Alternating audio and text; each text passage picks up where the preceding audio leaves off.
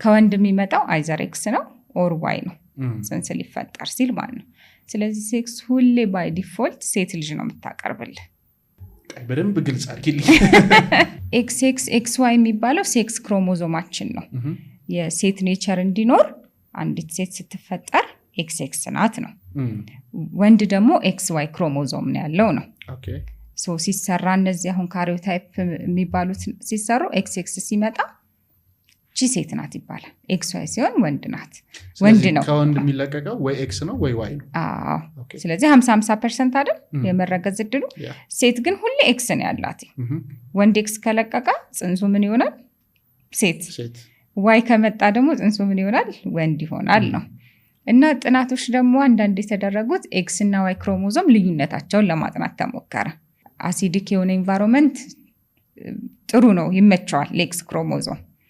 ስለዚህ የሴት ልጅ ብልት ውስጥ የመቆየት የመቀመጥ ጊዜው ከፍ ያለ ነው። ወንድ ደግሞ ወይም ዋይ ክሮሞዞም ደግሞ የመሞት እድሉ ከፍ ያለ ነው አሲዲክ ኢንቫይሮንመንት ላይ። ሴት የመወለድ ቻንሱ ከፍተኛ ነው ማለት ነው። ሴት የመወለድ ቻንሱን አንድ ከፍ የሚያደርገው ምንድነው? ግንኙነት ሲደረግ አንዷ ሴት እንቁላል ከመለቀቁ ቀን ቀደም ብላ ያላት ፈርታይል ፔሪድ አለ አይደል?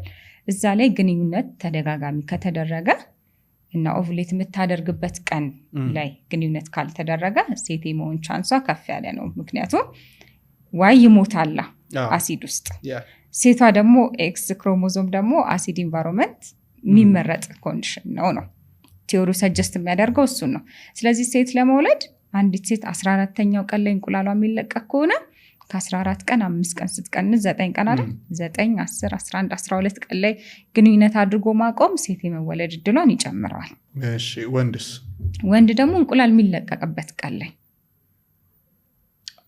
14ኛው ቀን ላይ ግንኙነት ማድረግ ወንድ የዛ ጊዜ ዋይ ክሮሞዞም ስለማይሞት ወይንም የመቆየት ቻንስ ፋስት ስለሆነ ዋይ ክሮሞዞም እንቁላል የተለቀቀ ጊዜ ላይ በፍጥነት እንቁላሉን የመስበር እድል ይኖረዋል የሚሉ ሰጀሽኖች ናቸው።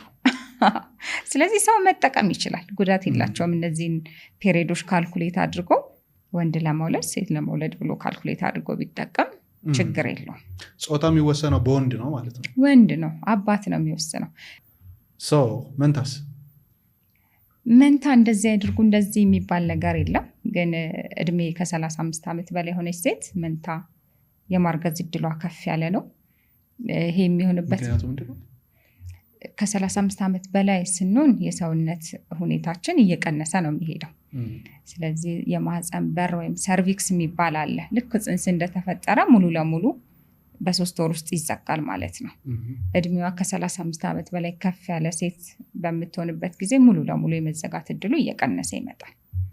ስለዚህ ግንኙነት በተደረገ ቁጥር መንታ የመሆን እድል አለው። መንታ ባይዜ የተለያየ አይነት መንታ አለው። እንዴት? ጊዜያቸው የተለያየ መንታዎች ይኖራሉ። ሱፐርፌቴሽን የምንለው አለ።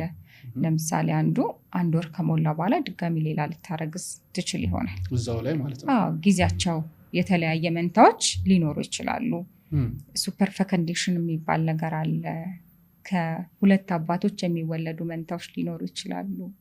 እሱስ እንዴት ነው የሚፈጠረው? ሱፐር ፈከንዴሽን ማለት አንዲት ሴት ለምሳሌ ልትደፈር ትችላለች በተለያየ ወንዶች።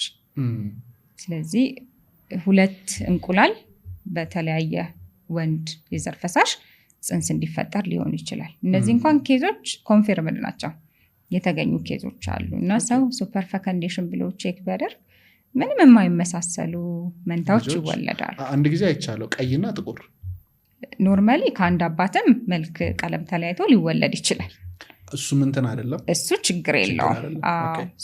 ከአንድ እንቁላል ሲሰበሩና ከሁለት እንቁላል ሲሆኑ ጾታቸው ተለያይቶ መልካቸው ተለያይቶ ሊሆን ይችላል። ሱፐር ፈከንዴሽን ግን ሌላ ነው። ሁለት አባት ነው ያላቸው እነዛ ልጆች። ለምሳሌ በብዙ ወንዶች የተደፈረች ሴት ሁለት አባት እንዲኖር ሊሆን ይችላል። በአንድ ጊዜ ከብዙ ወንዶች ጋር በፈቃዷም ቢሆን ግንኙነት ያደረገች ሴት ሁለት አባት ያለው ልጆች ልትወልድ ትችላለች። አሁን በየትኛው ነው የሚጠራው? ባመነችበት በእናትየዋ